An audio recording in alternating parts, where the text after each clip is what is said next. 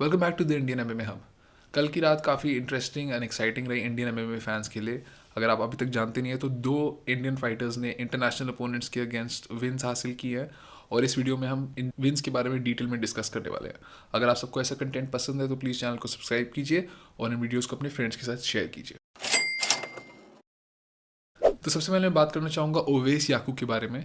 अगर आप सबको पता नहीं है, वो हमारे इंडिया में कश्मीर के रहने वाले एक लाइट वेट एमएमए फाइटर हैं जिन्होंने एमएफएन में कम्पीट कर रखा है 2 बार। एमएफएन कंटेंडर सीरीज़ के थ्रू उनको अपना कॉन्ट्रैक्ट मिला था।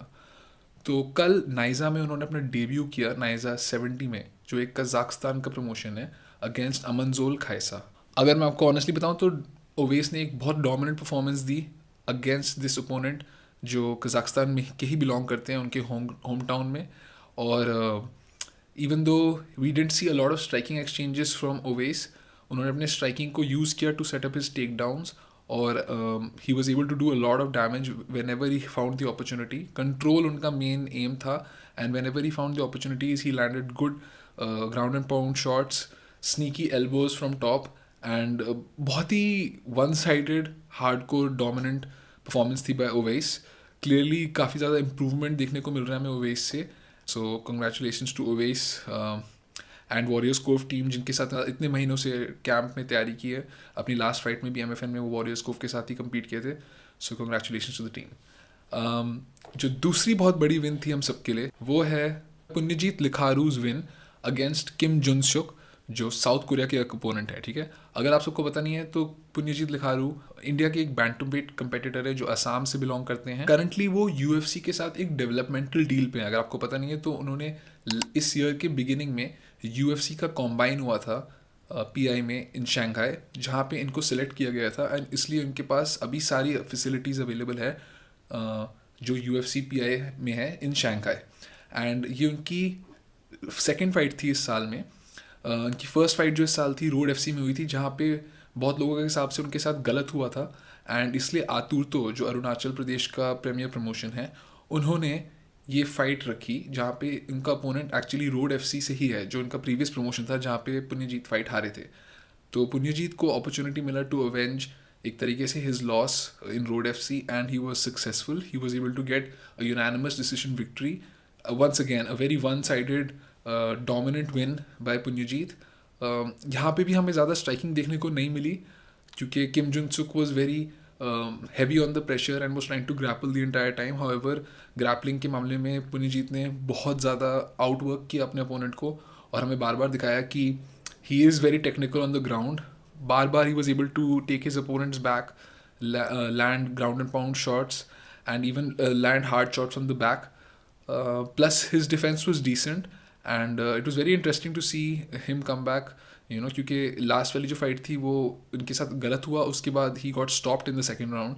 सो it was important for him to get this victory. Plus I think it was very important for him to keep this victory for his UFC PI deal as well. So thankfully this was done. और एक खुशी की बात यह है कि उनको अपनी पर्पल बेल्ट भी मिली कोच सेट से.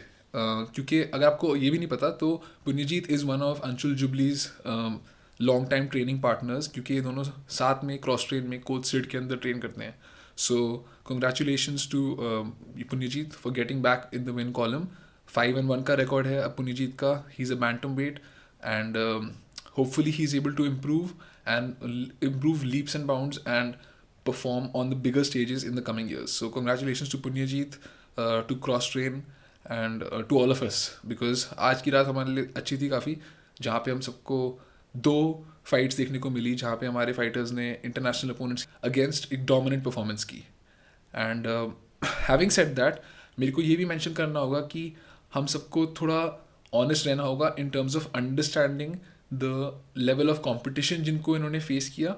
अब ऑब्वियसली मैं बहुत ज़्यादा खुश हूँ एज अ फैन कि ये दोनों फाइटर्स ने डोमिनेंट विक्ट्री ली. लेकिन जैसे कि मैंने आपको पुण्यजीत के अपोनेंट के बारे में बताया था, उनका 3-3 का रिकॉर्ड था. एंड सेकेंडली जिनको ओवेस ने फेस किया उनका 0-1 का रिकॉर्ड था. अब ये मैं किसी भी तरीके से आपको इन्फॉर्मेशन इसलिए नहीं दे रहा क्योंकि मैं बोलना चाह रहा हूँ कि वो बुरे अपोनेंट्स थे. मैं बस इसलिए कहना चाह रहा हूँ कि आके हम सबको एक अंदाज़ा हो कि किस लेवल से हमें एक्सपेक्ट करना चाहिए हमारे फाइटर्स से इन देयर नेक्स्ट फाइट. अब बताइए, अगर इनको नेक्स्ट फाइट में 7-0 8-0 अनडिफीटेड फाइटर मिलेगा तो logically it is going to be a tough fight for them, just because वो अपनी लास्ट फाइट जीते हैं। हमें ये उन पर प्रेशर नहीं डालना, अनड्यू प्रेशर नहीं डालना चाहिए, because they are also learning and growing. So as they grow and their record gets better, they will be competing against better opponents.